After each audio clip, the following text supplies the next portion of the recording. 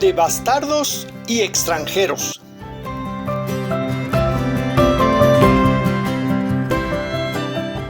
Queridos hermanos, al leer el Antiguo Testamento, es posible que nos encontremos con pasajes que no nos digan mucho y que los sintamos como lejanos.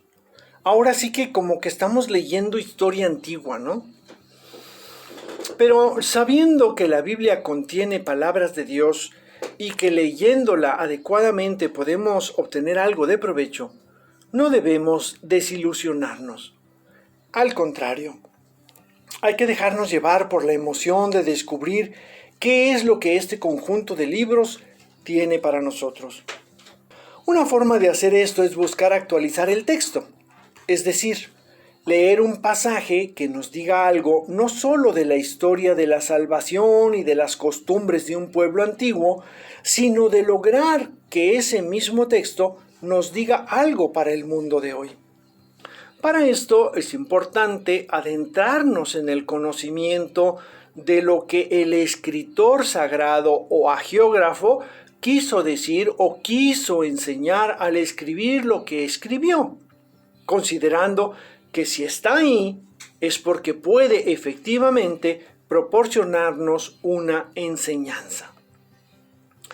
Para poner un ejemplo de lo que estoy diciendo, vamos a escuchar una cita del libro del Deuteronomio. El bastardo no será admitido en la asamblea del Señor, ni siquiera sus descendientes de la 10ª generación. Ni el amonita, ni el moabita serán admitidos en la asamblea del Señor, ni siquiera sus descendientes de la 10ª generación.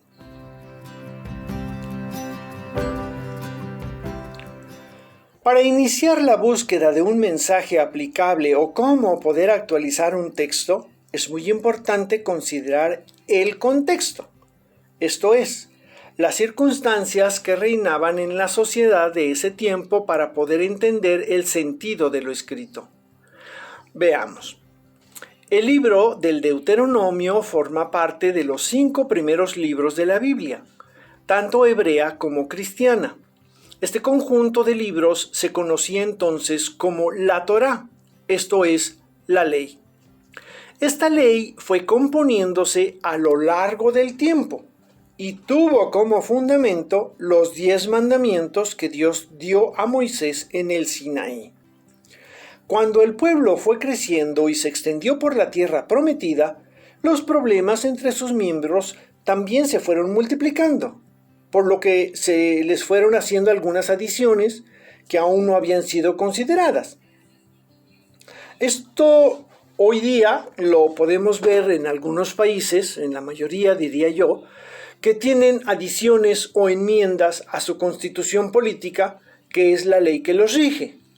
El mundo va cambiando y se tiene que legislar sobre lo que no había antes. Por ejemplo, ahora se hacen leyes para regular el uso y el comercio por Internet, cosa que antes no se era necesario porque no existía esa manera de hacer negocios. Los judíos también tenían cambios, provocados por las diversas circunstancias y los problemas del pueblo, tanto en forma interna como externa, al estar rodeados de paganos y ser tan débiles en el cumplimiento de su misma ley. El mensaje que el autor pretende dar a los que leyeron ese texto en su tiempo es que no es bueno, no conviene, no debemos hacer cosas que perjudiquen al individuo y al pueblo. En el primer caso, el hijo bastardo sale perjudicado porque queda fuera de la comunidad, aislado, repudiado. Nadie quiere causarle eso a otra persona. Entonces hay que abstenerse de tener hijos bastardos, o lo que es lo mismo, que no debe uno de andar engendrando hijos fuera del matrimonio, de la protección. En resumen, no debes fijar tu mirada en ninguna mujer que no sea la tuya. El otro caso podemos entender que no nos conviene dar entrada a las contaminaciones que vienen de fuera, lo que es contrario a lo que Dios nos pide. ¿Cuál entonces sería la actualización de este texto?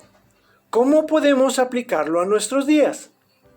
Bien, podemos reflexionar sobre las formas como nos comportamos diariamente. Los hijos bastardos en el mundo de hoy pueden ser todas esas pasiones que nos dominan y que hacen que nuestra praxis religiosa sea hipócrita. Y no porque nos dejemos llevar por alguna de ellas en alguna ocasión, ya que todos somos susceptibles de caer en una tentación, sino cuando esta pasión, digamos la gula, la pereza, por ejemplo, me domina a tal grado que es rara más bien la ocasión en la que no cedo a sus encantos. Podría decirse que es casi una costumbre ser goloso o ser perezoso. Y no hago nada por cambiar esto. Pero me digo, me pienso y me siento seguidor del Evangelio. En esto estriba una hipocresía. Todo aquel que se deja llevar constantemente por acciones que perjudiquen en lo personal o en lo colectivo a otras personas no es candidato para entrar a la vida eterna. A esta conclusión nos lleva el detalle de la 10ª generación. Hoy día entenderíamos que los descendientes de un bastardo de la 11ª generación sí sería admitido en la Asamblea del Señor. Pero tenemos que tomar en cuenta que muchas veces los números hay que verlos también por su significado. En este caso, el 10 tiene el significado de totalidad o plenitud. Varios ejemplos podemos encontrar en diferentes partes de la Biblia. Las 10 plagas de Egipto, 10 reyes del Apocalipsis, 10 cuernos de la bestia, los 10 mandamientos. Por cierto, un pequeño paréntesis. Esto explicaría por qué se redondeó el número a 10 de los mandamientos, que es plenitud o totalidad de la ley.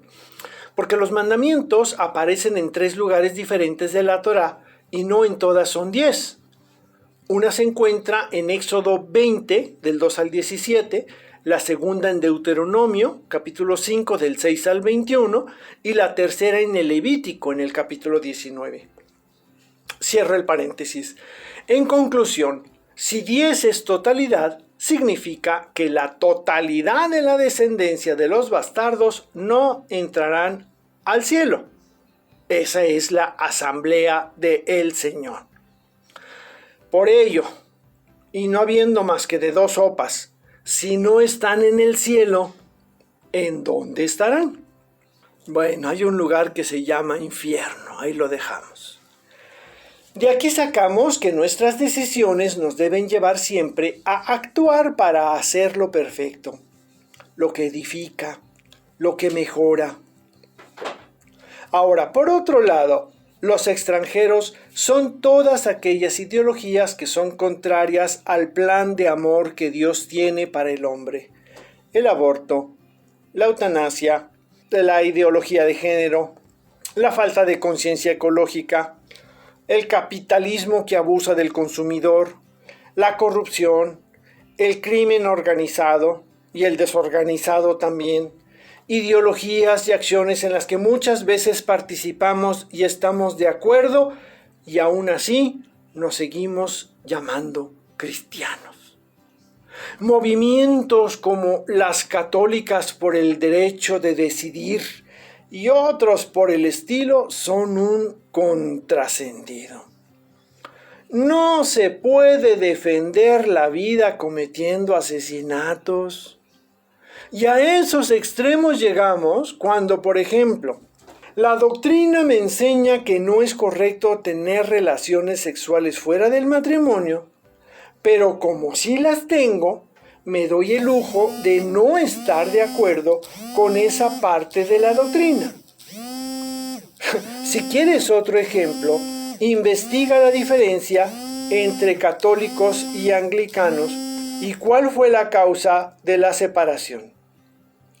Así que el no ser admitido nunca jamás significa el resucitar no para el cielo, sino para el rechinar de dientes. Conclusión.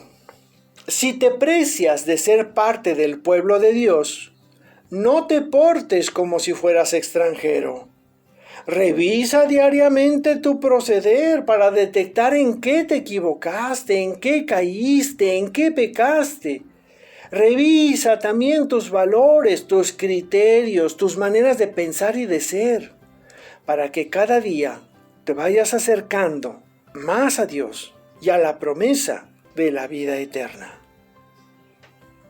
Soy Jorge Cervantes del Instituto Bíblico San Jerónimo. Hasta la próxima.